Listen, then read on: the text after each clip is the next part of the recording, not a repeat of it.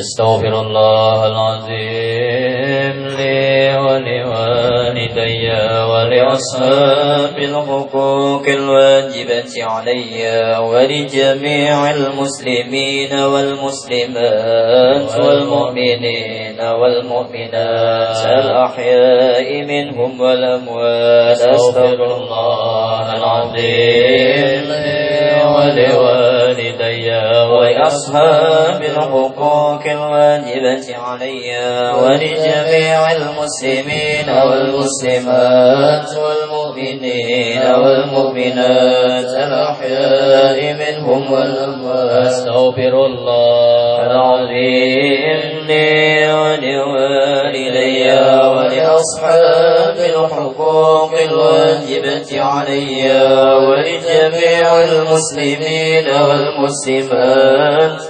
والمؤمنين والمؤمنات الأحياء منهم والأموات يا أيها الراجون منه شفاعة صلوا عليه وسلموا تسليما اللهم صل وسلم وبارك عليه وعلى أيها المشتاقون إلى رؤية جماله صلوا عليه وسلموا تسليما اللهم صل وسلم وبارك عليه وعلى آله من يطلب وصاله يقظة ومناما صلوا عليه وسلموا تسليما اللهم صل وسلم وبارك عليه وعلى آله ونعيمها سعد لمن يصلي ويسلم ويبارك عليه اللهم صل وسلم وبارك عليه وعلى آله ربي صل على محمد أشرف بدر في الكون أشرار ربي صل على محمد يا ربي صل عليه وسلم يا ربي صل على محمد أكرم داء يدعو إلى الحق يا ربي صل على محمد يا ربي صل عليه وسلم يا ربي صل على محمد واجمع من الشمل ما تفرق يا ربي صل على محمد يا ربي صل عليه وسلم يا ربي صل على محمد واصل وسهل ما قد تعود يا ربي صل على محمد يا ربي صل عليه وسلم يا ربي صل على محمد وافتح من الخير كل مغلق يا ربي صل على محمد يا ربي صل عليه وسلم يا ربي صل على محمد ومن بحبل النبي توسل يا ربي صل على محمد يا ربي صل عليه وسلم يا ربي صل على محمد يا ربي صل عليه وسلم يا ربي صل على محمد يا ربي صل عليه وسلم أعوذ بالله من الشيطان الرجيم لقد جاءكم رسول من أنفسكم عزيز عليه ما عنتم حريص عليكم بالمؤمنين رؤوف رحيم صلى الله عليه فإن تولوا فقل حسبي الله لا إله إلا هو عليه توكلت وهو رب العرش العظيم إن الله وملائكته يصلون على النبي يا أيها الذين آمنوا صلوا عليه وسلموا تسليما اللهم صل وسلم وبارك عليه وعلى السلام عليك زين الأنبياء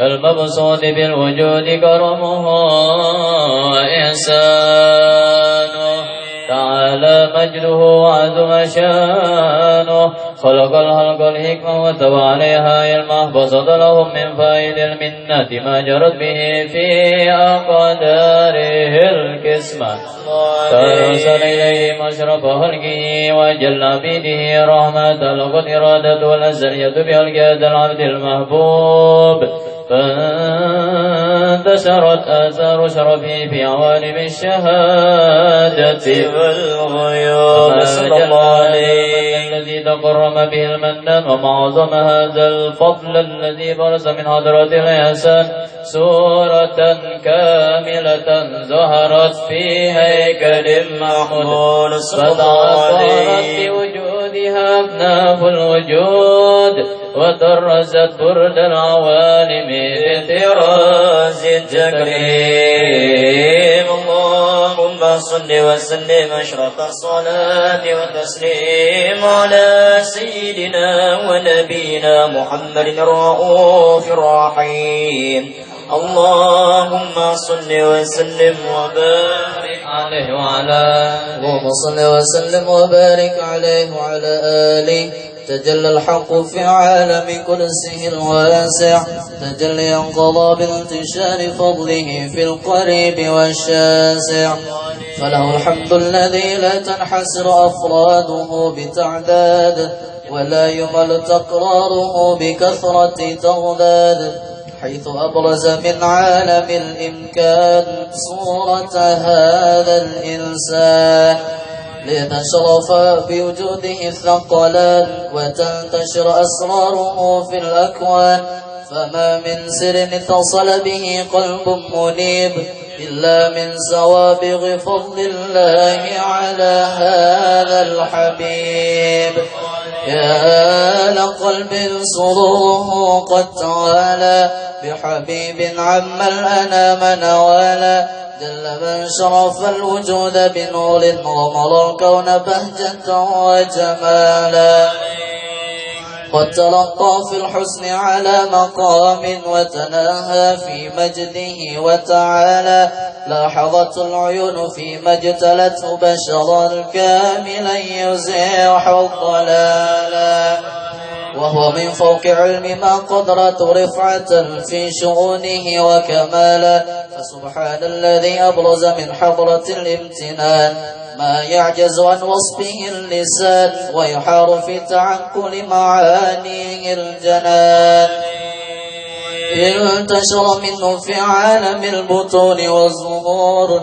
ما ملأ الوجود الخلقي نور فتبارك الله من إله كريم بشرتنا آياته في الذكر الحكيم ببشارة لقد جاءكم رسول من أنفسكم عزيز عليه ما عنتم حريص عليكم بالمؤمنين رؤوف رحيم. فمن فاجأته هذه البشارة وتلقاها بقلب سليم فقد هدي إلى صراط مستقيم. اللهم صل وسلم أشرف الصلاة والتسليم على سيدنا ونبينا محمد الرؤوف الرحيم. اللهم صل وسلم وبارك عليه وعلى آله. أشهد أن لا إله إلا الله وحده لا شريك له شهادة تعرب بها اللسان عما تضمنه الجنان من التصديق بها والإذعان تثبت بها في الصدور من الإيمان قواعده وتلوح على أهل اليقين من سر ذلك الإذعان والتصديق شواهده. وأشهد أن سيدنا محمدا العبد الصادق في قوله وفعله والمبلغ عن الله ما أمره بتبليغ لخلقه من فرضه ونفله عبد أرسله الله للعالمين بشيرا ونذيرا فبلغ الرسالة وأدى الأمانة وهدى الله به من الأمة بشرا كثيرا. فكان في ظلمة الجهل المستبصرين سراجا وقمرا منيرا فما أعظمها من منة تكرم الله بها على البشر وما أوسعها من نعمة انتشر سرها في البحر والبر. اللهم صل وسلم بأجل الصلوات وأجمعها وأزكى التحيات وأوسعها على هذا العبد الذي وفى بحق العبودية وبرز فيها في خلعة الكمال وقام بحق الربوبية في مواطن الخدمة لله وأقبل عليه غاية الإقبال.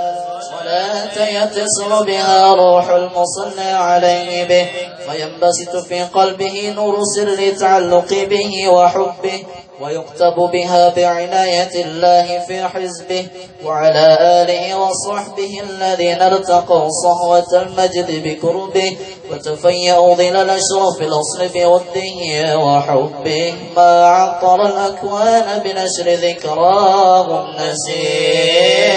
اللهم صل وسلم أشرف الصلاة والتسليم على سيدنا ونبينا محمد الرؤوف الرحيم. اللهم صل وسلم وبارك عليه وعلى آله. وأجمل منك لم تر قط عين وأكمل منك لم تلد النساء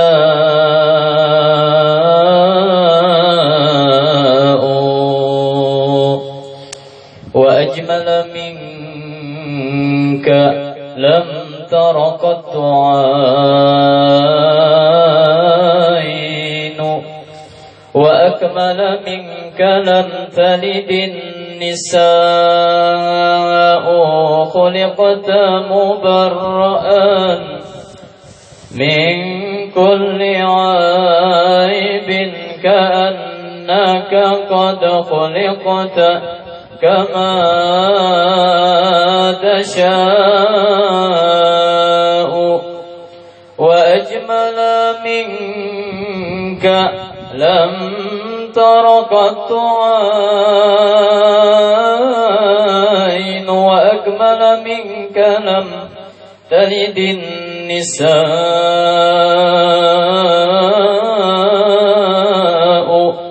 خلقت مبرأ خلقت يا رسول الله مبرأ من كل عيب كأنك قد خلقت كما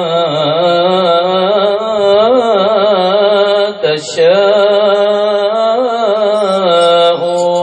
يا خير مولود بمكة قد أتى يا خير مولود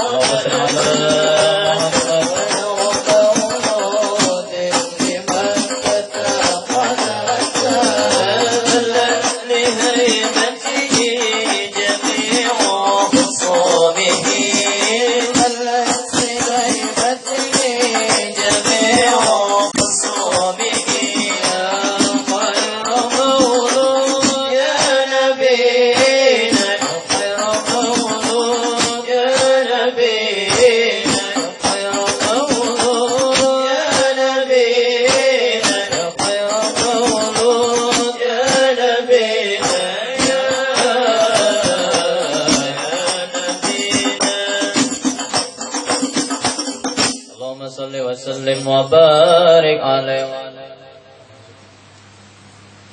اللهم صل وسلم وبارك عليه وعلى آله. ومنذ علقت به هذه الدرة المكنونة والجوهرة المسؤولة والكون كله يسبح ويمسي في سرور وابتهاج بقرب ظهور إشراق هذا السراج والعيون متشوفة إلى برزه متشوقة إلى التقاء جواهر كنوزه.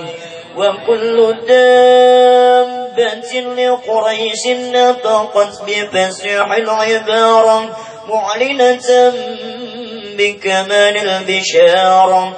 وما من حامل حملت في ذلك العام إلا أتت في حملها بغلام من بركات والسعادة هذا الإمام. ولم تزل الأرض والسماوات متضبخة بأكر البرم بملاقاة أشرف البريات وبرزه من عالم الخفاء إلى عالم الظهور. بعد تنقله في البطون والظهور، فأظهر الله في الوجود بهجة التكريم، وبسط في العالم الكبير مائدة التشريف والتعظيم ببروز هذا البشر الكريم. اللهم صل وسلم أشرف الصلاة والتسليم على سيدنا ونبينا محمد الرؤوف الرحيم. اللهم صل وسلم وبارك عليه وعلى آله. فحين قرب أوان وضع هذا الحبيب أعلنت السماوات والأرضون ومن فيهن بالترحيب، وأمطار الجود الإلهي على أهل الوجود تزج، وألسنة الملائكة بالتبشير العالمين تعج. سبحان الله والحمد لله ولا إله إلا الله والله أكبر. سبحان الله والحمد لله ولا إله إلا الله والله أكبر. سبحان الله والحمد لله ولا إله إلا الله والله أكبر. والقدرة كشفت غنى هذا المستور ليبرز نوره صلى الله عليه وسلم كاملا في عالم الظهور، نورا فاق كل نور، وأنفذ الحق حكم على من أنزل الله عليه النعمة من خواص الأمة أن يحضر عند وضعه أمة تأنيسا لجنابها المسعود، ومشاركة لها في هذا السماء الممدود. فحضرت بتوفيق الله سيدة مريم والسيدة آسيا، ومعهما من الحور العين من قسم الله له من الشرف بالقسمة الوافية. فات الوقت الذي رتب الله على حضوره وجود هذا المولود، فانفلق صبح الكمال من النور عن عمود، وبرز الحامد المحمود مذعنا لله بالتعظيم والسجود. صلى الله على محمد صلى الله عليه وسلم، صلى الله على محمد صلى الله عليه وسلم، صلى الله على محمد يا ربي صل وسلم. شرق البدر علينا وختفت منه البدور، شرق البدر علينا وختفت منه البدور، بسلام علينا رأينا قد يا وجه السرور يا نبي سلام.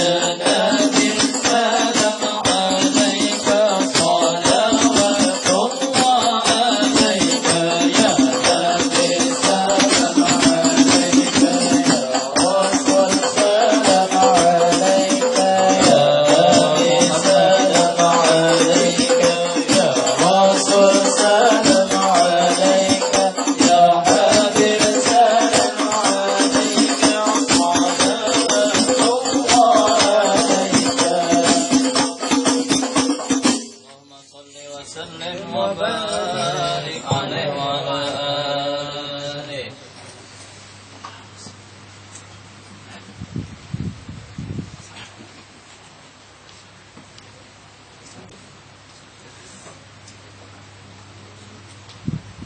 اللهم صل وسلم وبارك عليه وعلى آله.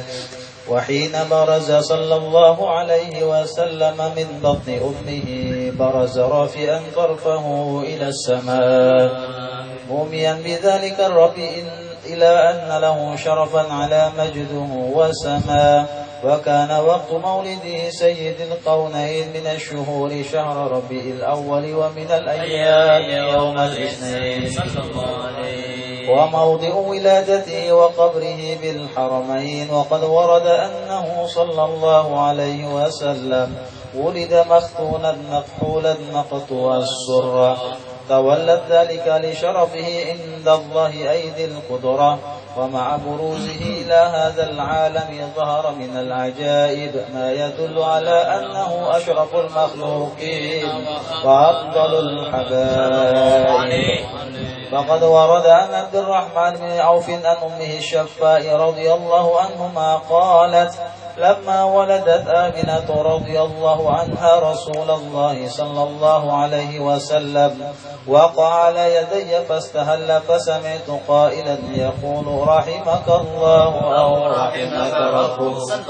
قالت الشفاء فأضاء له ما بين المشرق والمغرب حتى نظرت إلى بعض قصور الروم. قالت ثم ألبسته وأبجعته فلم أنشب أن غشيتني ظلمة ورعب وقشعريرة عن يميني فسمعت قائلا يقول أين ذهبت به؟ قال إلى المغرب وأسفر ذلك عني ثم عاودني الرعب والظلمة والقشعريرة عن يساري فسمعت قائلا يقول أين ذهبت به؟ قال إلى المشرق. قالت فلم يزل الحديث مني على بال حتى ابتعثه الله فكنت من أول الناس إسلاما. وكم ترجمت السنة من عظيم المعجزات وباهر الآيات البينات بما يقضي بعظيم شرفه عند مولاه وأن عين عنايته في كل حين ترعاه وأنه الهادي إلى الصراط المستقيم. اللهم صل وسلم أشرف الصلاة والتسليم ونبينا محمد الرؤوف الرحيم. اللهم صل وسلم وبارك عليه وعلى ظهر الدين المؤيد بظهور الهادي أحمد. ظهر الدين المؤيد بظهور الهادي أحمد. يا هنانا بمحمد يا هنانا بمحمد يا هنانا بمحمد. ذلك الفضل من الله يا هنانا. ظهر الدين المؤيد الله بظهور الهادي أحمد. ظهر الدين المؤيد الله بظهور الهادي أحمد. يا هنانا بمحمد يا هنانا بمحمد يا هنانا بمحمد. ذلك الفضل من الله يا هنانا. أكمل الناس خلقا أطيب الناس خلقا. أكمل الناس خلقا أطيب الناس الناس خلقا ذكره غربا وشرقا ذكره غربا وشرقا ذكره غربا وشرقا شهيدا والحمد لله يا هنانا ظهر الدين المؤيد بظهور الهادي أحمد ظهر الدين المؤيد بظهور الهادي أحمد يا هنانا بمحمد يا هنانا بمحمد يا هنانا بمحمد ذلك الفضل من الله يا هنانا بالسبع المثاني وهوى لطف المعاني هص بالسبع المثاني وهوى لطف المعاني ما له في الخلق ثاني ما له في الخلق ثاني ما له في الخلق ثاني وعليه أنزل الله يا هنانا ظهر الدين المؤيد بظهور الهادي أحمد ظهر الدين المؤيد بظهور الهادي أحمد يا هنانا بمحمد يا هنانا بمحمد يا هنانا بمحمد ذلك الفضل من الله يا هنانا صلوا على خير الأنام المصطفى بدر التمام صلوا على خير الأنام المصطفى بدر التمام صلوا على خير الأنام المصطفى بدر التمام صلوا على خير الأنام المصطفى بدر التمام صلوا على خير الأنام المصطفى بدر التمام صلوا على خير الأنام المصطفى بدر التمام صلوا عليه وسلموا صلوا عليه وسلموا يشفع لنا يوم الزحام يشفع لنا الله يشفع لنا الله يشفع لنا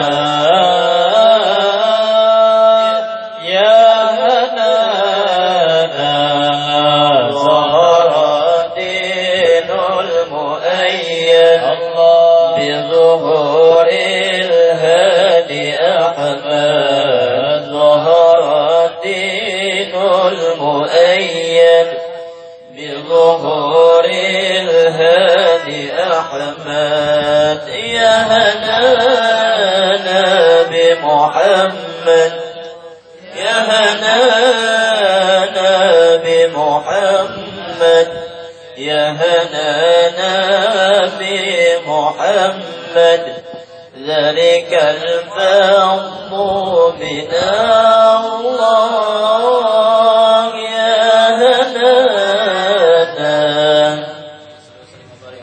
اللهم صل وسلم وبارك عليه وعلى آله. ولقد اتصف صلى الله عليه وسلم من محاسن الأخلاق بما تضيق عن كتابته بطون الأوراق. كان صلى الله عليه وسلم أحسن الناس خلقا وخلقا وأولهم إلى مكارم الأخلاق سبقا وأوسعهم بالمؤمنين حلما ورفقا. برا وغفا لا يقول ولا يفعل إلا معروفا. له الخلق السهل واللفظ المحتوي على المعنى الجزل. إذا دعاه المسكين وأجابه إجابة معجلة. وهو الأب الشفيق الرحيم لليتيم والأرملة. وله معسولة أخلاق الهيبة القوية التي ترتعد منها فرائس الأقوياء من البرية. ومن نشر به تعطرت الطرق والمنازل وبعرف ذكره تطيبت المجالس والمحافل. فهو صلى الله عليه وسلم جامع الصفات الكمالية والمنفرد في خلقه وخلقه بأشرف خصوصية. فما من خلق في البرية محمود إلا وهو متلقى عن زين الوجود. أجملت في وصف الحبيب وشانه وله العلا في مجده ومكانه. أوصاف عز قد تعالى مجدها أخذت على نجم الصهاب عناني. وقد انبسط القلم في تدوين ما أفاده العلم من وقوع مولد النبي الكريم وحكاية ما أكرم الله به هذا العبد المقرب من التكريم والتعظيم والخلق العظيم.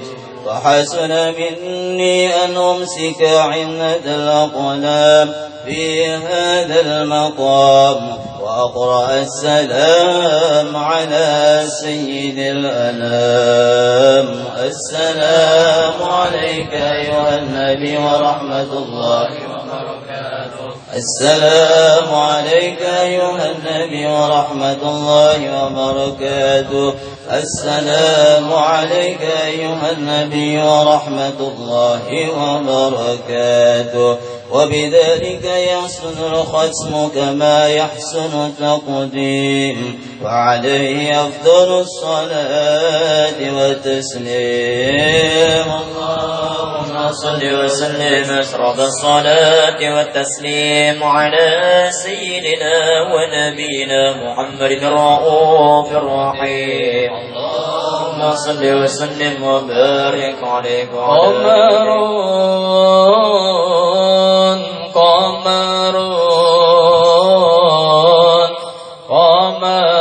سيدنا النبي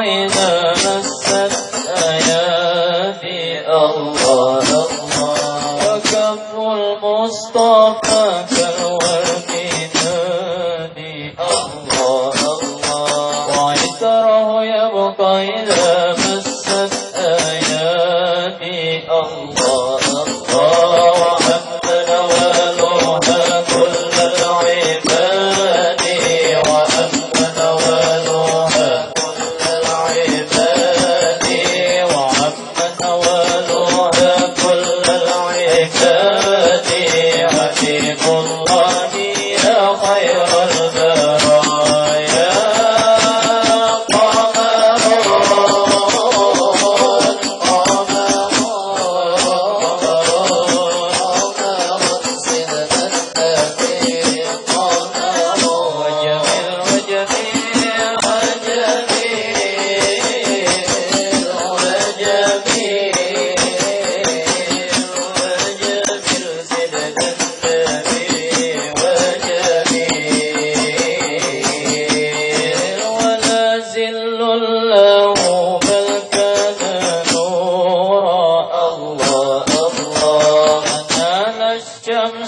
منه والقدور الله لا زل له بل كان نورا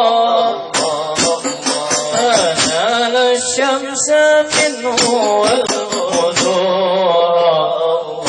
الله ولم يكن له لولا ظهورا ولم يكن له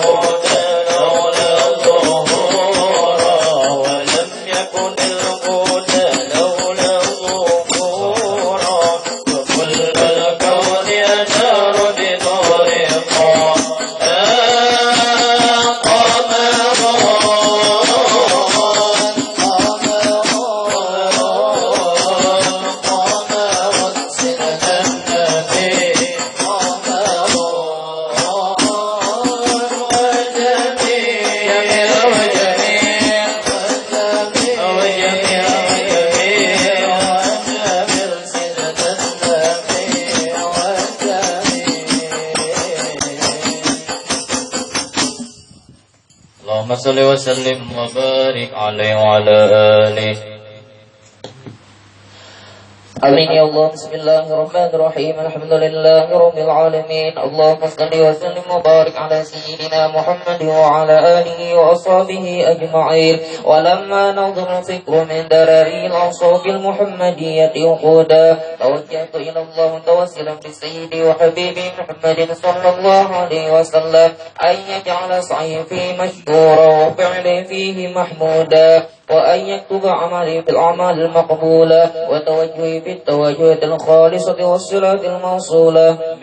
اللهم يا من إليه تتوجه الآمال فتعون ظافرة وعلى باب عزته تحط رحال فتغشاها منه الفيوضات الغامرة. نتوجه إليك بأشرف الوسائل لديك سيد المرسلين عبدك الصادق الأمين سيدنا محمد الذي عمت رسالته العالمين أن تصلي وتسلم على تلك الذات الكاملة واستودع أمانتك وحفظ سرك وحامل راية دعوتك الشاملة الأب الأكبر المحبوب لك والمخصص بالشرف الأفخر في كل موطن من مواطن القرب ومظهر قاسم أمدادك في عبادك وساكي كرشان أهل ودادك سيد الكونين وأشرف الثقلين العبد المحبوب الخالص المقصوص منك بأجل الخصائص. اللهم صل وسلم عليه وعلى آله وأصحابه وأهل حضرة اقترابه من أحبابه. اللهم إنا نقدم إليك جاه هذا النبي الكريم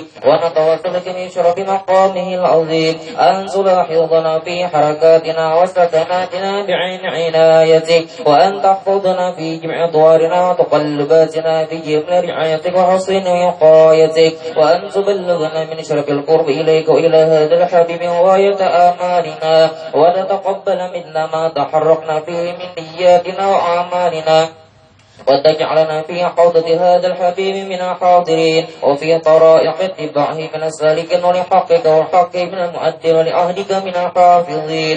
اللهم إن لنا أطمع في رحمتك الخاصة فلا تحرمنا وظنونا جميلة هي وسيلتنا إليك فلا تخيبنا. آمنا بك وبرسولك وما جاء به من الدين وتوجهنا به إليك مستشفعين أن تقابل مذنبا منا بالغفران أن تقابل مذنبا منا بالغفران أن تقابل المذنب منا بالغفران والمسيء بالإحسان والسائل بما سأل والمؤمن بما أمل وأن تجعلنا ممن نصر هذا الحبيب وزره وله وظاهره وعم ببركته واشرب وجهته أولادنا ووالدينا وأهل قطرنا وادينا ووادينا وجميع المسلمين والمسلمات والمؤمنين والمؤمنات في جميع الجهات وأدم راية الدين القومي في جميع الأقطار منشورا ومعالم الإسلام والإيمان بأهلها معمورة معنا وصورة واكشف اللهم كربة المكروبين واقضي دين المدينين واغفر للمذنبين وتقبل توبة التائبين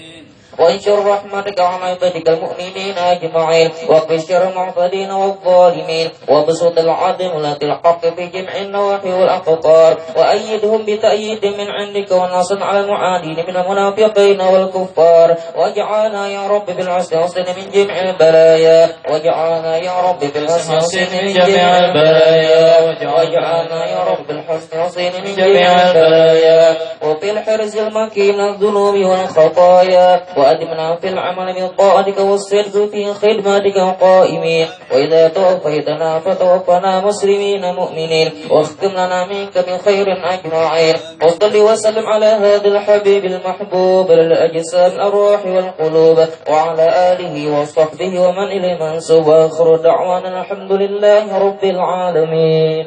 Assalamualaikum warahmatullahi wabarakatuh. Bismillahirrahmanirrahim. Alhamdulillahirabbil alamin wassalatu wassalamu ala asyrafil anbiya'i wal mursalin sayyidina wa nabiyina wa maulana Muhammadin wa ala alihi washabbihi ajmain. Subhanaka la ilma lana illa ma 'allamtana innaka antal alimul hakim. Wala haula wala quwwata illa billahil aliyil azim. Amma ba'd.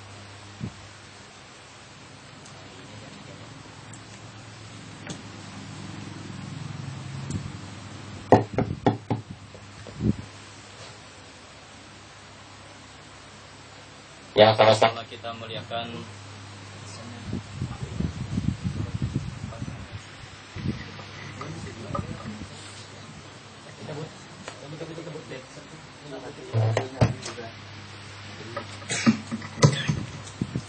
Subhanaka la ilma lana illa ma 'allamtana innaka antal alimul hakim wa la haula wa la quwwata illa billahil azim. Amma ba'd. Yang sama-sama kita muliakan para guru-guru agama, para tokoh masyarakat, berkhusus yang kita sayangi santri majelis. Mudah-mudahan Allah Subhanahu wa taala dengan barokah kita mengadakan Maulid Nabi Muhammad SAW sebagai tanda cinta kita kepada baginda Nabi Muhammad SAW. Allah Ta'ala mengampuni segala dosa-dosa kita, mengabulkan segala hajat-hajat kita, melancarkan segala urusan kita, urusan dunia, urusan akhirat. Amin amin ya rabbal alamin. Yang kita muliakan mobil khusus konco-koncoan kita juga sekaligus penceramah kita yang insyaallah akan berceramah habis guru soleh. Kita muliakan guru Haidir dari Pekoman. Tekan aja sudah situ nih. Aku lihat kena di YouTube kena mengkol juga persaingan aja. Mengkol aja. Nah, alhamdulillah kita muliakan lagi. Nah, ini luar biasa terdapat pulang semalam di Masjid Sungai Tabok. Nah, guru lah. Ulun tekan nama ulun penceramahnya, sitin tekan nama ayatnya, Mbah Ta'alim ayatnya pada penceramahnya. Nah, kita muliakan guru soleh dan segenap para tamu hadirin. Mudah-mudahan Allah Subhanahu wa taala mengabulkan hajat-hajat kita. Nah, yang mana belum kawin di sini mudah-mudahan sikap kawin. Mudah-mudahan garing disehatkan badannya. Berkat Rasulullah SAW. Amin amin ya rabbal alamin. Jadi ampun maaf habis acara ini karena kawan makan di sini langsung bawa beli kerja karena kami beserta rombongan anak ke Samarinda pulang Samarindu. Nah itu kan. Nah, anak ziarah sambil niat ziarah niat silaturahmi. Nah ada jual di sana tah, nah ada jadwal kayak biasa aja. Mudah-mudahan doakan mudah selamat sampai tujuan, pulang pergi pulik sampai selamat. Jadi sun acaranya karena kita benarkan dulu kalam ilahi daripada guru soleh, hanya kita dengarkan ceramah agama Maulid Nabi Muhammad SAW daripada guru Haidir, penutupnya karena nanti baca doa selamat. Nah, barang saya bakal membaca doanya kan awal rasat kah kan yang tadi. Wali kita nih. Apa kayaknya ya, mudah-mudahan acaranya lancar sampai selesainya. Ya, yang ini kita mulaikan dulu kepada guru soleh yang dihormati.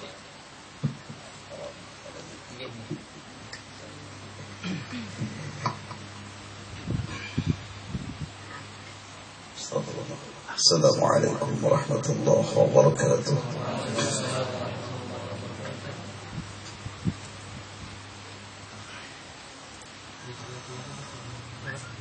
أعوذ بالله من الشيطان الرجيم.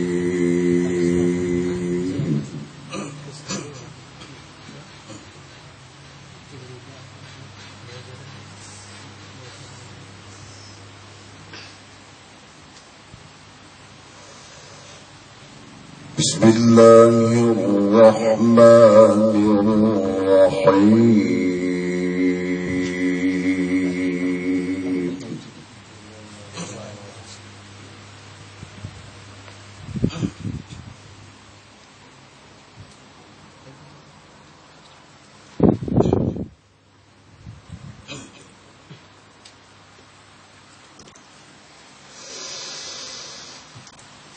لقد كان لكم في رسول الله أسوة حسنة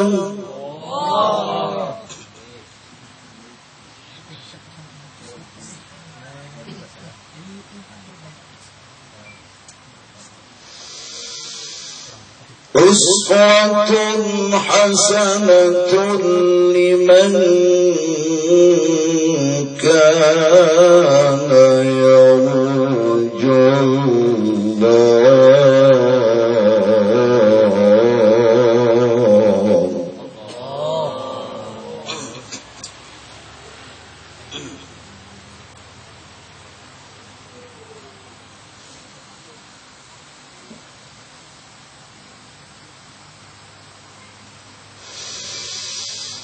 أسوة حسنة لمن كان يرجو الله واليوم الآخر.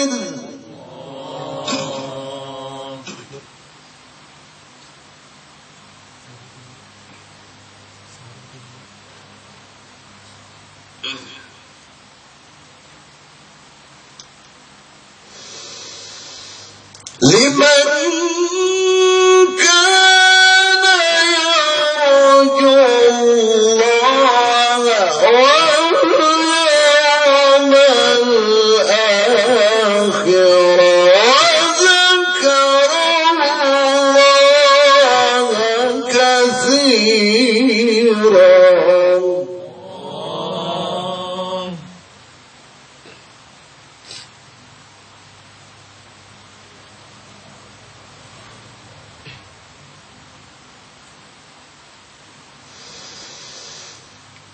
بسم الله الرحمن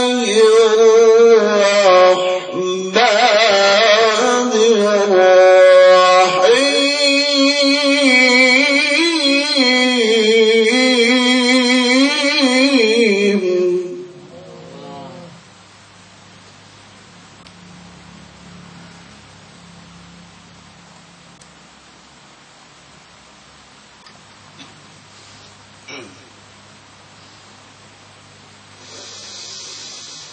يا أيها النبي إنا أرسلناك شاهدا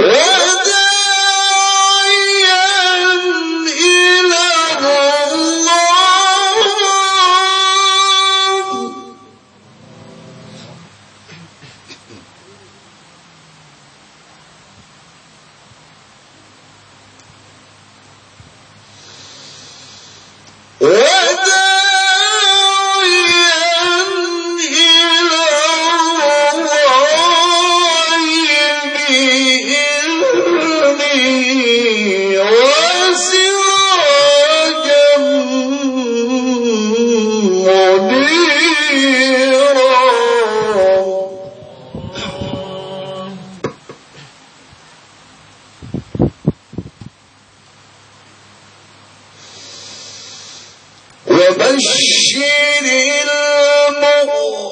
المؤمنين بأن لهم من الله فضلا كبيرا صدق الله العلي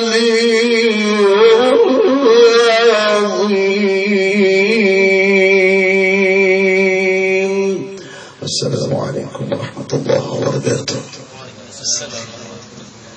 Sadaqallahul azim, sadaqa Rasulullah karim, alhamdulillah khalaqana wa arzuqna min sayyidin asyakirin. Amin amin ya rabbal alamin. Alhamdulillah beliau dapat melakukan Al-Qur'an dengan sempurna, dengan lancar. Anu ajar guru kebanyakan banyak dapat job. Belum pertengahan ini. Sudah mulai sudah gas nih lah. Nah, ya selanjutnya yang kita tunggu-tunggu apa itu pemeran utama jar lagu itu. Nah, ceramah agama yang akan disampaikan oleh ini sahabat oleh Lawas Majid Darussalam nih. Guru Haidir Pekoman, mudah-mudahan kita dapat petik apa yang disampaikan oleh beliau. Kami persilahkan kepada yang mulia. Allahumma shalli ala Muhammad.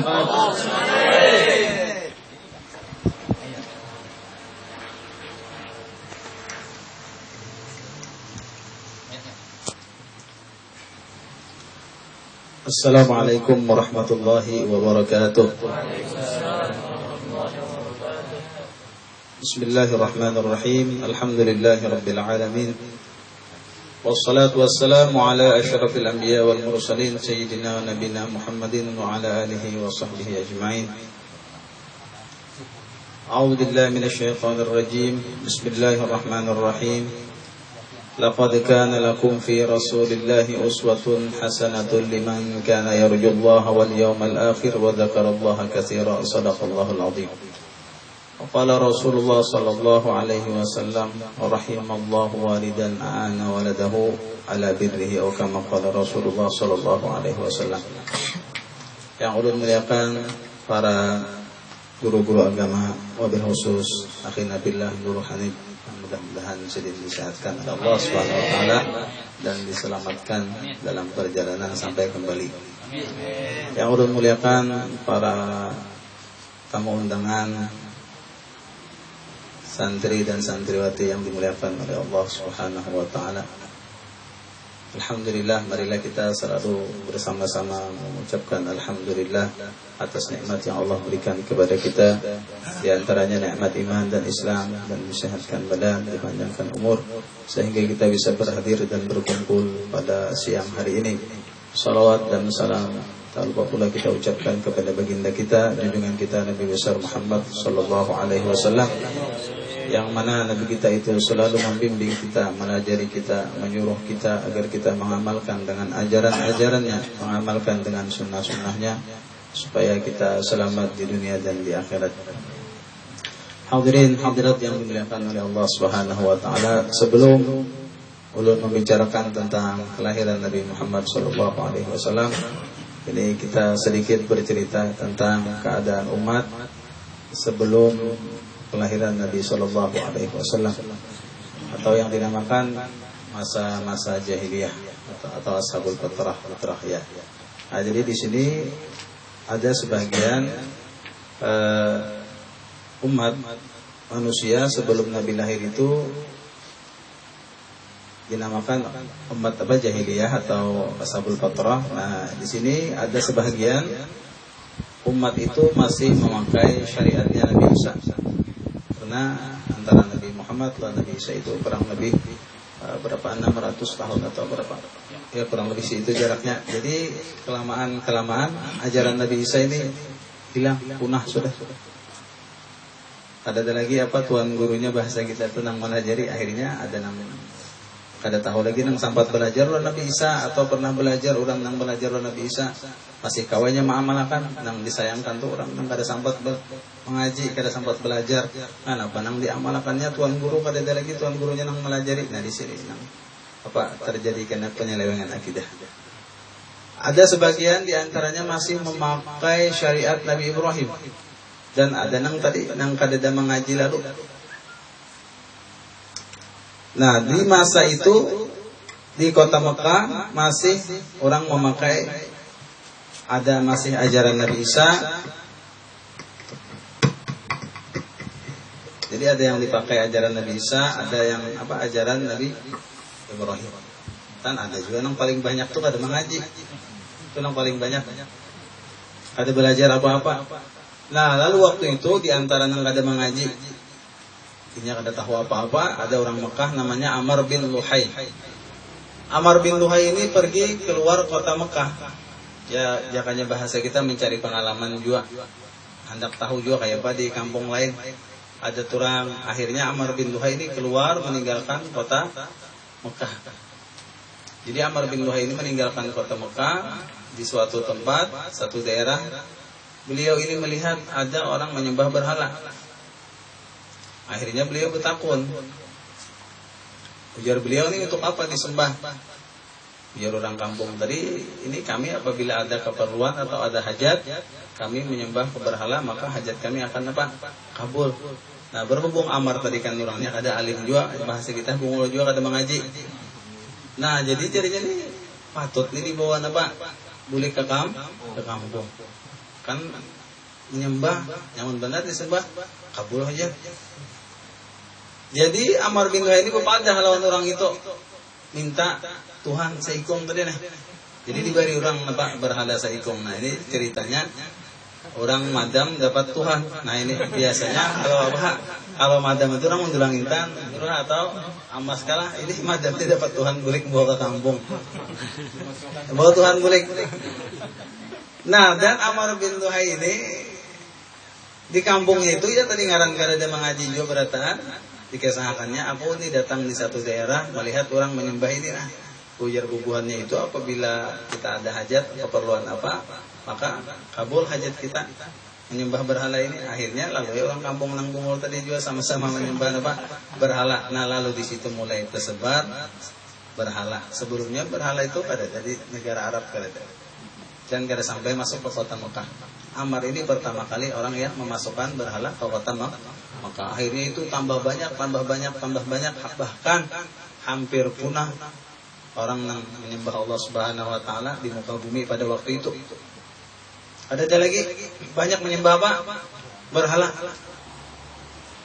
Sampai ke dalam Ka'bah pun mereka letakkan apa? Berhala di atas Ka'bah, di Gunung Safa dan Marwah itu diletakkan berhala.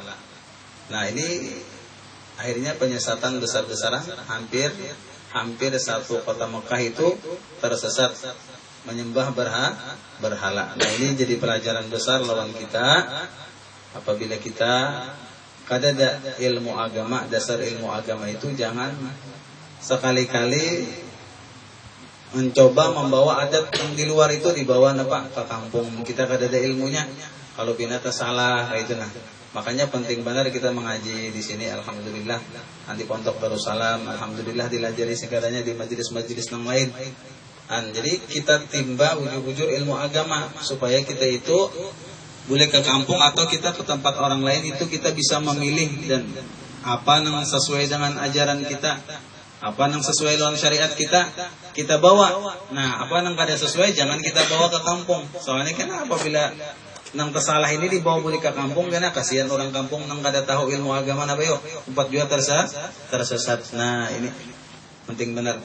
Nah, di masa tersesatnya itu orang-orang sebelum Islam tadi setelah itu pulang sebelum Nabi lahir itu beberapa puluh tahun kayak itu terjadi Abrahah menyerang Mekah. Ceritanya itu dalam sejarah Abrahah itu jadi menyerang kota Mekah karena ada orang Mekah. Abrahah itu mau ulah Ka'bah juga sampai ini ada Ka'bahnya di Yaman itu ada Ka'bah Abraham masih ada sampai ini masih ada. Kita pernah rasanya hendak melihat ke dari Ka'bah Abraham melihat kita jadi pengamian unta Ka'bahnya ini. Tempat unta berkami di situ ini. Jadi kenapa jadi Abraham itu marah? Ada ceritanya juga ya. Kalau kada mungkin orang sarik langsung kan. Menurut riwayat tuh orang Mekah juga mulah gara-gara asalnya Ka'bah Abraham hendak menyaingi Mekah, Ka'bahnya tuh dipalitinya tahi. Ka'bah mun siapa? Mun Abraham. Sarik Abraham bubuhan Mekah tadi nang manuk lalu nang habis-habisan besar-besaran membawa pasukan untuk menyerang hendak menghancurkan Ka'bah. Karena Ka'bah kita Allah yang menjaga, tapi terpelihara belum sampai ke menghancurkan Ka'bah, Allah binasakan Abraham tadi dan pasukan-pasukannya. Nah itu.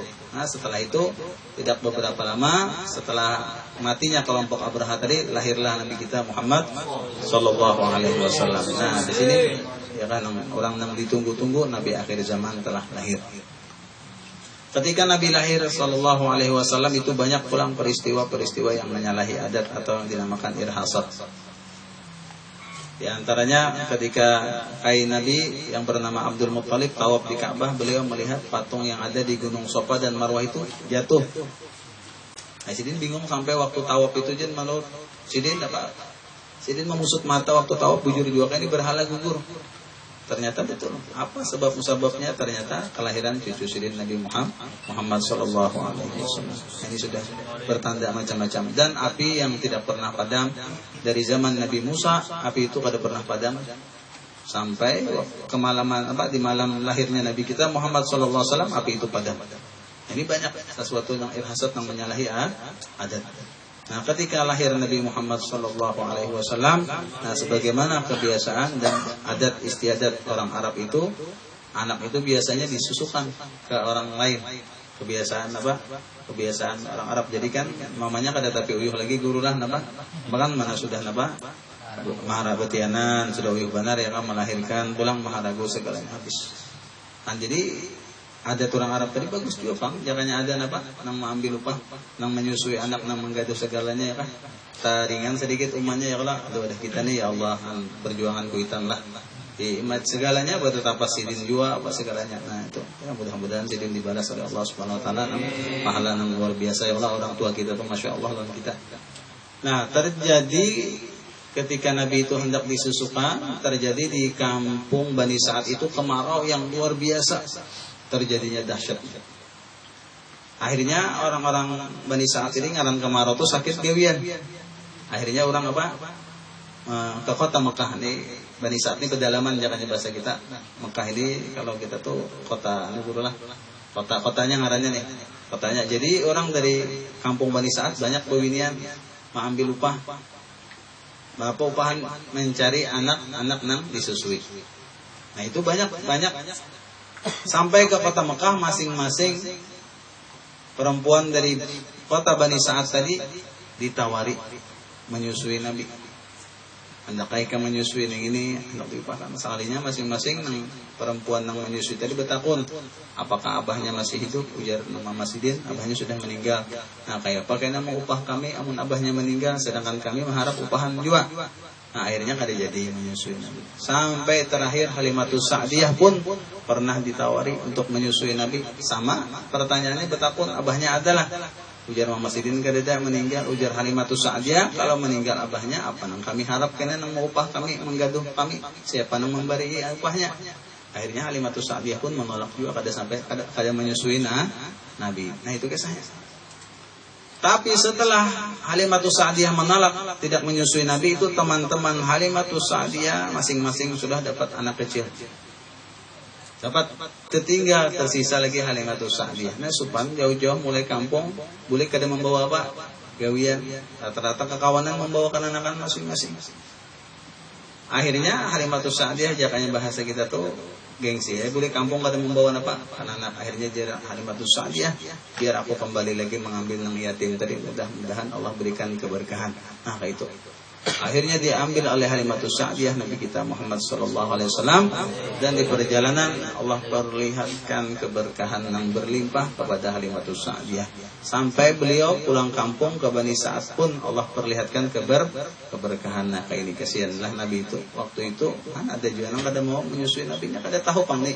Karena anak ini cagar jadi seorang Nabi. Dan kayak itu juga kasihan orang memandang anak yatim itu, kasihan dipandang. Lain lah sedikit orang tua memandang lah anak yatim lah. Kayak itu juga kita di kampung kasihan anak yatim itu. Padahal anak yatim itu membawa keberkahan bagi kita. Ujar Nabi, siapa yang mencapai kepala anak yatim, nah, itu jar setiap tangan kita nih yang terkena rambutnya itu terhapus dosa kita. Kan? Jadi kada gampang anak yatim itu mah membuangi dosa kita juga. Cuma kalau bisa jangan dijapai aja juga bari duit, kasihan kita nah. Sampai ber-20 nama japai sakit kepala juga nya. Dibari juga duit kasihan ya kah? Kayak itu tah. Nah itu. Nah, jadi Nabi disusui oleh Halimatus Sa'diyah, diasuh oleh Halimatus Sa'diyah sampai menurut riwayat itu 2 tahun. Beliau apa sebagai orang menyusu kayak itu juga Pak, sampai 2 tahun juga. Akhirnya Nabi dikembalikan lagi ke kota Mekah. Nah setelah sampai Halimatus Sa'diyah ke kota Mekah, ujar mama Nabi, apabila ikam hendak menyusui lagi, merawatnya silahkan bawa aja. Dibawa pulang Nabi ke kota Bani Sa'ad tadi. Nah di situ tidak beberapa lama Nabi di kota Bani Sa'ad, datang malaikat Jibril. Nah itu waktu itu Nabi sedang bermainan lawan kenanakan, akhirnya dibawa malaikat Jibril, ya nang diberasihin apa? Hati sini sudah berasih, diberasih pulang ya kan? Jadi mana anak apa kawan Nabi ini kisah lawan Halimatus Sa'diyah, artinya Muhammad dibawa orang yang tidak dikenal. Takajud Halimatus Sa'diyah didatangi, setelah didatangi tadi jangan Allah Ta'ala nang urusan masalah operasinya tadi beres pun payakun kan jadi langsung. Tuntung Halimatus Sa'diyah operasinya Halimatus Sa'diyah datang. Kenapa ujar Halimatus Sa'diyah, ujar Nabi, ini ada orang tadi membawa ulun kini takutan Halimatus Sa'diyah. Nah kalau pindah kenapa ini kan anak orang, tanggung jawabnya luar biasa. Karena melihat kayak itu dari peristiwanya, akhirnya Halimatus Sa'diyah mengembalikan lagi Nabi SAW ke kota Mekah. Akhirnya Nabi diasuh oleh ibu beliau. Setelah beberapa tahun beliau diasuh ibunya, akhirnya ibunya wafat. Maka Nabi menjadi anak apa? Yatim piatu. Nah, itulah perjuangannya Rasulullah Shallallahu Alaihi Wasallam. Dan setelah ibunya wafat, Nabi diasuh lagi oleh kakeknya yang bernama Abdul Muttalib. Beberapa tahun beliau mengasuh Nabi. Beliau pula wafat diasuh oleh paman Sidin yang bernama Abu Thalib. Nah, di sini Abu Thalib inilah yang banyak mengajari Nabi tentang berdagang juga. Dan Nabi pun dilajari, dibawa ke tempat-tempat jauh. Bahkan menurut riwayat Nabi itu diajak oleh Abu Thalib ke Syam untuk berdagang. Nah, waktu itu para pendeta itu sudah tahu di tahun ini sudah lahir seorang Nabi akhir zaman. Masing-masing pendeta, bahkan orang Yahudi pun tahu di tahun ini sudah lahir, di masa ini sudah ada Nabi akhir zaman. Jadi orang-orang Yahudi tadi mencari, hendak membunuh. Mencari siapa orangnya hendak dibunuh. Ketika Abu Thalib di pertengahan jalan bertemu dengan seorang pendeta, mengatakan, artinya jadi pendeta menakuni Abu Thalib, siapa ayah kan anak ini? Ujar Abu Thalib, aku. Ujar pendeta itu, lain kamu lain ayahnya. Ya, beda aja. Padahal kan Abu Thalib ayah sudah meninggal kayak ini. Jar pendeta ini kemanakan ikam ini jagar jadi orang istimewa, jadi seorang nabi. Ini kalau ketahuan orang-orang Yahudi maka akan dibunuhnya. Kembalilah engkau ke kota Mekah. Akhirnya Abu Thalib takutan juga kalau pindah dibunuh apa Yahudi. Disambui oleh pendeta tadi macam-macam segala. Bulikan Abu Thalib tadi. Nah, lalu Nabi di Mekah. Setelah masuki umur, sudah masuki remaja, Nabi tadi. Nah, di sini berkawan kayak biasa juga. Berkawanan Yosidin, dan pernah Yosidin dibawai kawan ada melihat acara pengantinan waktu remaja itu, acara orang pengantinan itu di Arab sampai wah ini pemusik-musik juga rame juga. Allah alam musiknya bahari musik apa kada tahu kita ya Pak. Iya, Jadi Nabi ini pernah diajak kawan Sidin, kita nanti malam menghadiri acara orang nih nikah di sana. Di Arab tuh biasanya malam nikahnya kita.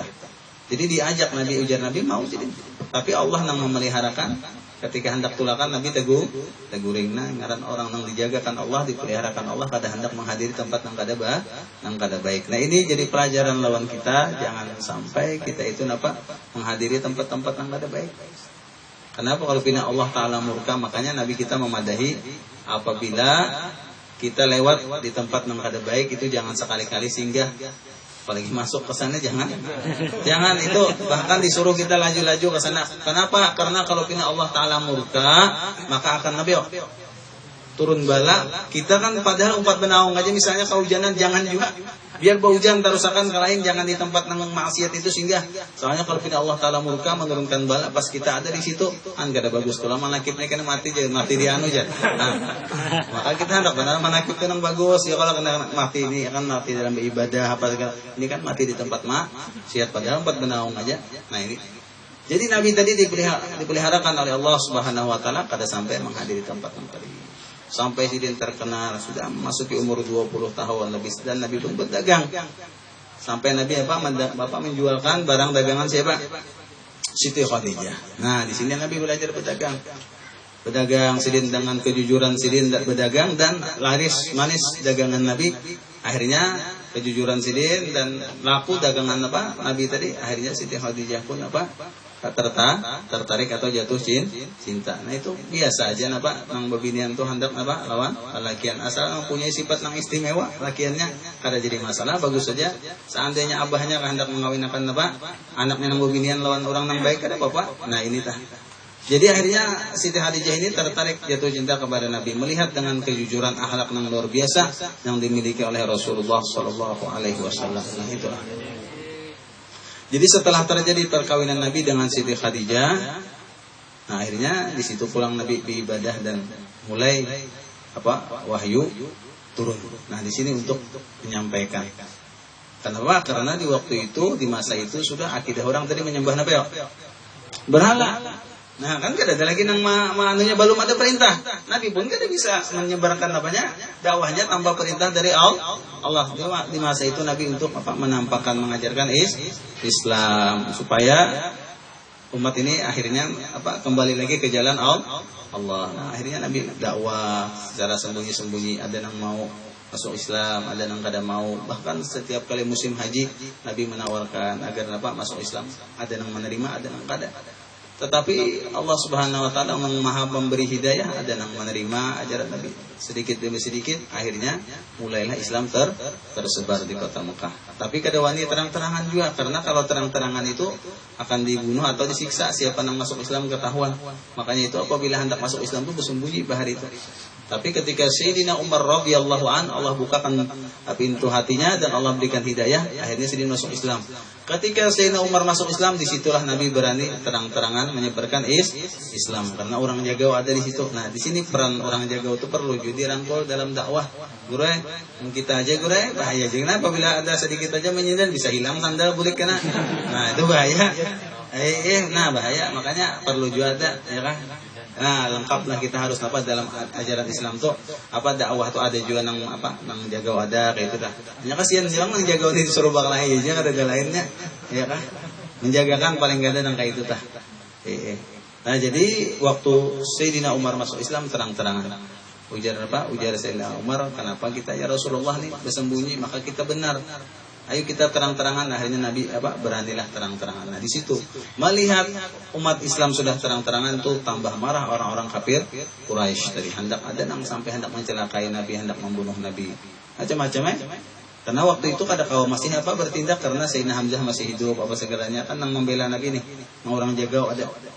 Tapi biar ada nang Jagau tetap ada jaju orang nang melawan itu aja kan nang Jagau tuh yang dikerubutikin ya kawan. Bahkan jar-jar kita orang kampung kan hantukin amun dikerubutin jar. Kan ya kan istilahnya hati orang Jago tuh kan ada aja orang hendak mengerubuti kayak itu kan. Sampai Nabi di Mekah itu direncanakan rapat orang-orang kafir Quraisy hendak membunuh Nabi. Sudah saking parahnya itu hendak dibunuh Nabi. Padahal ajaran sini mengembalikan akidah Nabi tadi yang tersalah tadi hendak diluruskan. Bukan hendak apa-apa kada ada. Yang dulunya menyembah berhala kembali kepada menyembah Allah. Nah, itu perjuangan Nabi. Akhirnya Nabi hijrah ke Madinah. Setelah Nabi hijrah ke Madinah, Nabi di sana membangun masjid. Nah, tujuan Nabi membangun masjid di Madinah adalah tiada lain untuk mempersatukan umat. Nah, itu kegunaan masjid atau langgar itu kada lain untuk mempersatukan masyarakat. Makanya apabila kita di masjid itu bagus benar perkumpulan menghadiri sembahyang 5 waktu acara itu berkumpul bagus benar di situ untuk mempersatukan umat. Nah, di situ Nabi pula menyebar para sahabat-sahabatnya dakwah ke lain-lain. Akhirnya mulailah tersebar Islam ke penjuru dunia. Nah, lalu kita yang kita ambil daripada cerita ini, apa yang diajarkan oleh Rasulullah SAW kepada kita, hendaknya kita berusaha mengamalkan. Rasulullah SAW itu banyak meninggalkan ajaran-ajarannya kepada kita, sunnah-sunnahnya kepada kita. Kalau kita mau mengamalkan dalam kehidupan kita sehari-hari, insya Allah kita akan selamat dunia akhirat. Makanya kalau ulama ada mengatakan, ujar ulama, seandainya nih kita mau mengamalkan sunnah Nabi yang diajarkan Nabi dalam kehidupan kita sehari-hari itu lebih dari 100, ada yang mengatakan lebih dari 1000. Asal kita mau mengamalkan. Coba kita perhatikan satu persatu sunnah Nabi. Belum gula lagi gula. Jam 3 kan gula lah. Ya lah, 10 menit lagi. Kada apa-apa lah tahan jangan lagi di luar nih. Ya. Katanya hubungannya ini kita tahan-tahan kan hilang gue sandal lu kan. Bergaya lah ya. Ya. Jadi Nabi itu apabila jangan mengajari kita nih sunnah Nabi supaya kita sedikit kita ada jalan untuk mengamalkan sunnah Nabi juga apa gerang yang perlu kita amalkan dalam sehari-hari itu. Nabi mengajari kita mulai kita masuk ke rumah itu kita dianjurkan membaca assalamualaikum. Itu penting benar. Kenapa? Ujar Nabi itu ada dalam satu hadis apabila kita membaca assalamualaikum masuk rumah itu syaitan tuh pada kawa 4 masuk. Karena kita ini berjalan kemana aja mengikuti syaitan terus. Apabila kita assalamualaikum jika masuk rumah hanya kada 4 masuk. Sebaliknya apabila kita kada membaca salam masuk terus di rumah kita tuh syaitan terkumpul jadi parkiran syaitan di rumah tuh. Cuma kita kada dilihat akan benar jadi sedikit aja kita mengamalkan sunnah kan kita hari-hari masuk rumah. Cuma ingat akan sunnah Nabi. Makanya penting benar Nabi kita itu hendaknya sunnahnya itu selalu hidup di hati kita. Hendak masuk rumah ingat lawan Nabi. Nah itu masuk ke rumah pulang napa nang kita gawe misalnya hendak makan ingat lawan Nabi. Kayak apa Nabi melajari tata cara makan, kayak apa duduknya, kayak apa tangannya, apa nang dibaca ketika hendak makan itu Nang kita gawi hari-hari itu kau aja kita selingi dengan sunnah. Akhirnya supaya kehidupan kita selalu berkah. Ini kada gure pastilah gure makan tuh pada bismillah. Pastilah tuh bang, ya nang supaya makan banyak tadi. Nanti cari supaya nang kau bertambah ya. Nah, iblis kamu jangan ini apa? Bingung di sarwan rajin makan 2 buting wadah nasi apa? Siapa jangan makan sorongan aja. Ya awak terus kadang mudahi lawan awak ada mudahi kada sesuai. Jangan siapa nang makannya. Sekalinya tadi orangnya. Ini anu jarak kada bismillah bang tadi makannya. Dan apabila kita hendak tidur pulang jelajari Nabi hendak puring. Baca doa, baca qul huwallahu sekali, qul a'udzu birabbil falaq sekali, annas sekali kita tiupkan 2 telapak tangan kita usapkan. Ingat kita baca bismillahirrahmanirrahim ahya wa amut. Bangun guring kita duduk belum baca alhamdulillahilladzi ahyana itu kita ingat. Terus apa aja yang kita gawe itu ingat lawan apa sunnah Nabi. Kalau kita mau mengamalkan membiasakan dalam kehidupan kita sehari-hari kita nyaman kita. Sampai hendak masuk WC pun kita ingat tuan adab Nabi lah. Nabi menajari macam-macam. Ada kan ulama bersandar, jadi ulama sunnah Nabi juga masuk WC itu bertutup kepala sunnah juga boleh masuk ke WC. Jadi itu pernah pang ditakuni gure masuk WC itu bujur ka guru aja berkopiah. Ajudan kada ada penganunya hadisnya mazhab berkopiah. Cuma Nabi pernah bertutup kepala aja nang ada hadisnya tah. Ada apa aja nang tutup kepala helm gak pasang kada apa-apa. Cuma ya bingung bang ya kalau kopiah kan. Cuma beginian ngalih bang mau kopiah ya kalau jadi anduk kan apa diandak kaitan kerudung kana itu bang itu sunnah Nabi tak. Dan jangan lawas di WC tak itu ya kan. Apalagi di asrama ya kan. Nah ini kan sunnah Nabi gitu jangan lawas-lawas soalnya macam-macam apa kena timbul was-was segalanya gitu. Nah itu batisnya pun kita nabat ingat batis kiri masuk keluar ini kan itu luar biasa kita. Jadi apa yang kita gawi ingat terus lawan hendak masang sandal, masang baju, apa segalanya ingat lawan Nabi. Makanya kita dalam rangka apa memperingati Maulid Nabi Muhammad SAW itu sebenarnya untuk memperdalam keimanan kita, untuk memperbanyak mengamalkan kita dengan sunnah-sunnah Nabi. Ya mudah-mudahan dengan berkat kita memperingati sunnah Nabi SAW, Maulid Nabi SAW, kita bisa mengamalkan sunnah-sunnah Nabi dalam kehidupan kita. Mudah-mudahan Allah Subhanahu Wa Taala senantiasa memberikan taufik dan hidayahnya kepada kita, memudahkan segala urusan kita, menyehatkan badan kita, memanjangkan umur kita, kuat dalam ibadat, mati dalam keadaan husnul khatimah. Kita doakan lagi orang-orang Islam yang sakit khususnya di kampung kita dan yang lainnya Allah berikan kesembuhan. Dan kita doakan lagi orang-orang Islam yang ada mempunyai hajat, semoga Allah kabulkan hajatnya. Dan orang-orang Islam yang ada kesusahan Allah mudahkan segala urusannya. Dan kita doakan lagi orang-orang Islam yang mendahului kita, mudahan dapat rahmat dari Allah Subhanahu Wa Taala. Mungkin sampai di sini yang bisa ulun sampaikan. Salah dan khilaf apabila ada pada penyampaian ulun pada siang hari ini, ulun banyak minta ampun dan maaf lawan pian seperataan. Wabillahi taufiq wal hidayah wa ridha wal inayah. Wassalamualaikum warahmatullahi wabarakatuh.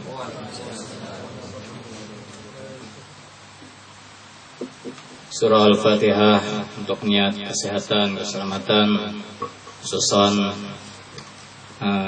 Mudahan aku dan rombongan selamat, pulang pergi dengan selamat, yang ditinggalkan selamat. Sirril Fatihah.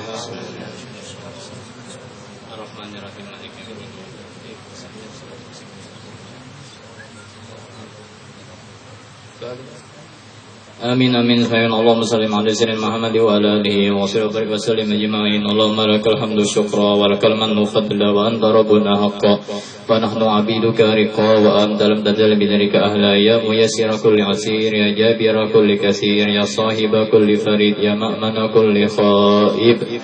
يسر علينا يا الله كل عسير يسر علينا يا رحمن كل عسير يسر علينا يا رحيم كل عسير وتسير كل عسير عليك يسير اللهم يا من يحتاج إلى بيان تفسير حاجاتنا يا الله إليك كثير حاجاتنا يا رحمن إليك كثير حاجاتنا يا رحيم إليك كثير وأنت ربها وبصير نسألك سلامة في الدين وعافية في الجسد وزيادة في العلم وبركة في الرزق وطاقة قبل الموت وشهادة عند الموت ومغفرة بعد الموت وعفو إن حساب أمانا من العذاب ونصيبا من الجنة وارزقنا النظر إلى وجهك الكريم برحمتك يا رحيم ربنا آتنا في الدنيا حسنة وفي الآخرة حسنة وقنا عذاب النار وصلى سيدنا محمد وعلى آله وصحبه سبحان ربك رب العزة عما يصفون على المرسلين يا رب بالمصطفى بلغ مقاصدنا واغفر لنا